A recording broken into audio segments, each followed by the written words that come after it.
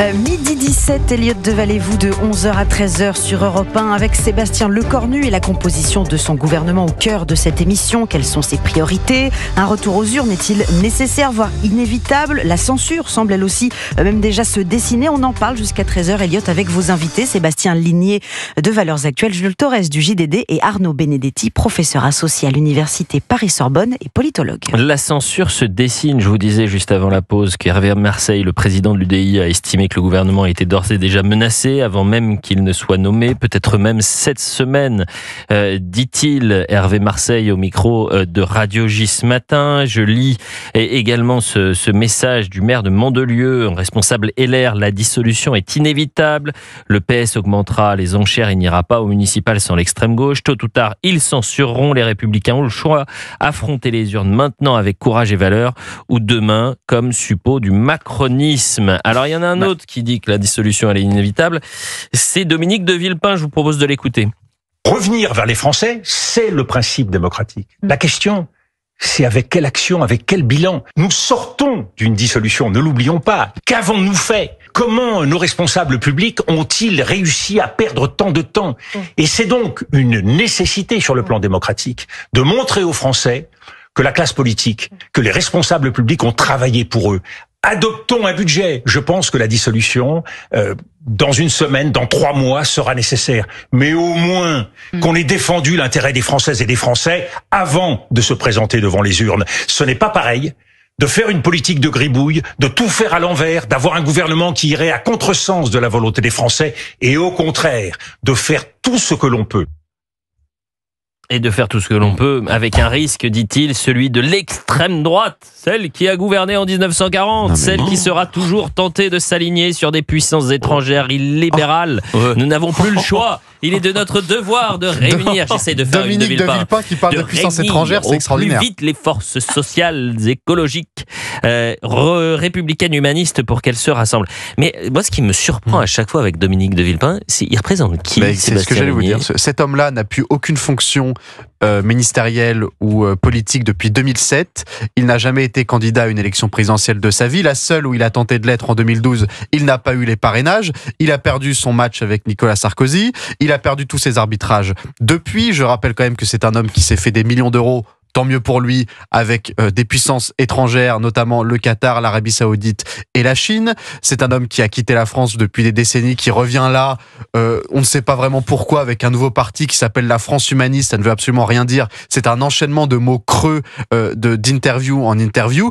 La seule légitimité qu'il a, c'est que c'est un ancien Premier ministre. Mais enfin, moi, pardon, je vois jamais Edith Cresson, je vois jamais Lionel Jospin parader sur les plateaux télé à longueur de semaine. Alors pourquoi cet ancien Premier ministre en particulier a le droit à la parole? Parce que lui, mais ce qui m'intéresse, c'est pas tant Dominique de Villepin, c'est de savoir si aujourd'hui la dissolution se dessine, et Sébastien Lecornu peut-il encore démissionner? D'ailleurs, il le dit dans les colonnes du JDD aujourd'hui, à découvrir ce dimanche, révélation au cœur du volcan, et je cite donc les proches de Sébastien Lecornu à propos du Premier ministre au JDD. Il n'hésitera pas à démissionner à nouveau. Le Premier ministre est cash, il fait les choses sérieusement, Jules Torres. Oui, ça c'est vrai que on a eu dans ces confidences-là quelque chose d'assez nouveau. En réalité, c'est la première fois que Sébastien Lecornu, j'allais dire émet une critique, mais fait un pas de côté à l'égard du président de la République. C'est quasiment un homme lige, c'est quasiment une excroissance du président de la République. Et là, il vous dit, bah non, là maintenant c'est moi qui ai carte blanche. Le président m'a donné carte blanche pour mon gouvernement, pour mon budget, donc je vais quasiment faire ce que je veux. Bon, les promesses n'engagent que ceux qui les écoutent, donc évidemment, on n'est pas obligé de prendre au pied de la lettre ce qu'a dit Sébastien Lecornu, mais du reste, c'est la première fois que ça arrive. Ce qu'on va voir dans les prochains jours accrédite peut-être cette thèse-là, c'est-à-dire qu'on a Emmanuel Macron qui va partir en Égypte. A priori, il va déléguer Emmanuel Macron son pouvoir au Conseil des ministres à Sébastien Lecornu en vertu de l'article 21 de la Constitution. Donc, on a l'impression qu'on a un Premier ministre qui a les mains libres pour l'instant. Pour combien de temps? Est-ce qu'il va vraiment pouvoir faire des réformes? Nous verrons. On va la poser à Jean-Christophe qui nous écoute. Cher Jean-Christophe, bonjour. Bonjour Elliot, bonjour à tous. Ravi de vous avoir en direct sur Europe 1 dans Elliot Deval et vous. On est en direct jusqu'à 13h.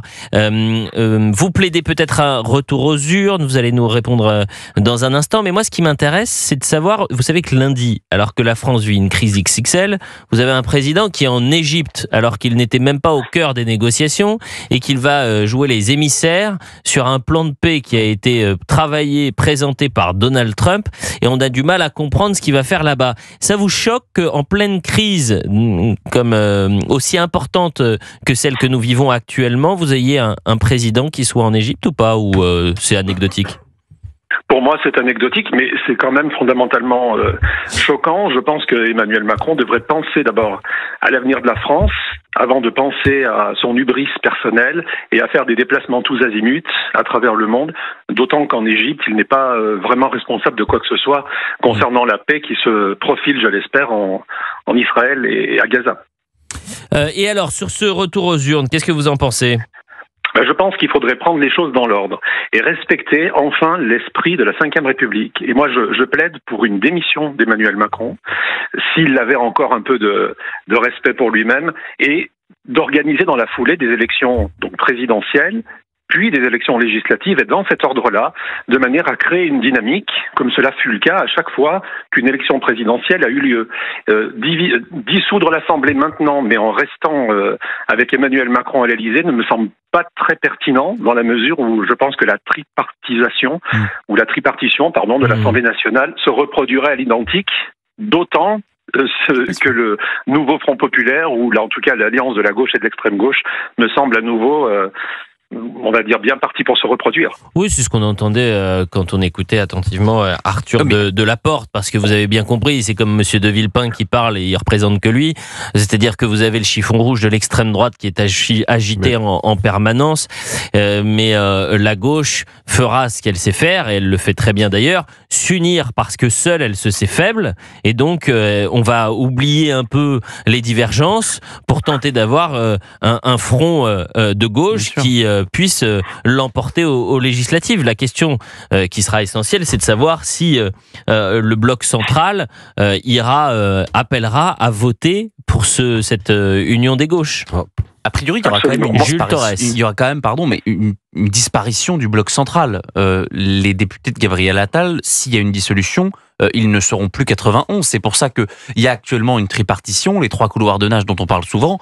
S'il y avait des élections législatives demain, au vu des résultats dans les sondages du parti présidentiel, il n'y aurait plus que deux grands groupes à l'Assemblée nationale, un bloc RN-UDR avec possiblement l'ajout de députés LR qui seraient obligés, si ils veulent continuer à rester, de s'allier avec eux, ou en tout cas de voter certains textes avec eux, et puis il y aurait un bloc de gauche. Mais moi je pense que le parti présidentiel, le socle commun, se réduirait comme peau de chagrin avec de nouvelles législatives. On est avec Philippe et on remercie Jean-Christophe. Bonjour Philippe. Bonjour Elliot. Comment allez-vous, cher Philippe ? Eh bien, très bien. Vous avez entendu Jean-Christophe. Jean-Christophe, il disait ce qu'il faudrait faire, c'est une démission du président de la République, élection présidentielle, et après les élections présidentielles, il faut une dissolution pour qu'il y ait des élections législatives anticipées. Vous êtes favorable ou non au retour aux urnes ? Le retour aux urnes, oui, mais il est quand même complètement dépendant de la volonté. Alors la volonté du président déjà de démissionner, la volonté du président de dissoudre s'il fallait dissoudre, s'il décide de dissoudre, mais la dissolution ce serait ridicule, comme l'a dit monsieur, là on reviendrait un peu dans un schéma qui nous ferait pas penser. On attend la nomination de ministre. Monsieur Lecornu a été remis à la tête. C'est, comme dit, le moins mal dans le pire. Il réussira peut-être à faire quelque chose. Ce que je crains, c'est qu'il est capable de trouver des gens compétents. Encore faut-il qu'il trouve de la compétence, mais les compétences, ils n'auront aucun pouvoir dans une période comme celle-ci. Et il n'y a pas beaucoup de gens qui auront envie de se griller pour leur avenir, ou des compétents qui n'ont pas envie de griller leur image. J'en connais quelques-uns pour rentrer dans un gouvernement, même si ça peut flatter leur ego. Justement, les compétents, c'est pas l'ego qui cherche, c'est éventuellement la bonne voie de la France. Donc la démission du président, oui, mais je pense qu'il va pas démissionner maintenant. J'ai bien peur qu'il ne fasse traîner les choses dans un scénario où on va attendre les municipales pour voir ce qui se passe. C'est tellement loin. C'est tellement loin. Mais ce qui est vrai, c'est en fait, ce qui est insupportable, c'est le doute, c'est l'incapacité de voir au lendemain. Et là, je voulais vous dire, on vient de passer tout le week-end à débattre, imaginer, prévoir des choses qui pourraient être ruinées dès lundi matin ou lundi après-midi, parce que Sébastien Lecornu peut se rendre compte qu'il n'a pas de majorité. Le temps long a disparu. Donc c'est vrai que cette instabilité-là, et pendant ce temps-là, les Français, ils sont en train de souffrir. Pendant ce temps-là, les entreprises, et c'est surtout les entreprises qui se cassent la gueule les unes après les autres. Je sais. Et donc, il faut absolument parler des entreprises. C'est dramatique. Nos PME sont en train de se casser la figure. Nos petites entreprises sont en train de se casser la figure parce qu'il y a beaucoup moins de consommation, les gens sont prudents. Qu'est-ce que vous faites quand vous voyez le danger arriver? Vous enfermez. Les gens s'enferment, dépensent beaucoup moins, la boutique tourne beaucoup moins, donc ça fait encore moins de recettes pour l'État et on parle que de nous pomper en supplément. Donc il arrive un moment, il y a une limite.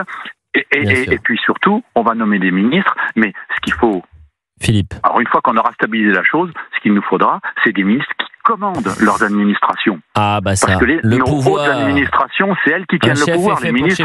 Vous avez entièrement raison, Philippe, et on vous salue, on vous embrasse chaleureusement. Restez avec nous parce que dans la dernière partie de l'émission, la dernière demi-heure, on va aller sur d'autres sujets, et notamment Nicolas Sarkozy, puisque les bonnes feuilles sont à découvrir dans le journal du dimanche, l'article passionnant de Jules Torres, qui est dans le studio d'Europe 1 sur le dernier pot de Nicolas Sarkozy. Les dernières confidences. Les dernières confidences, c'était en milieu de semaine. Il était entouré de ses collaborateurs. Il les a rassurés. Il a parlé de son combat.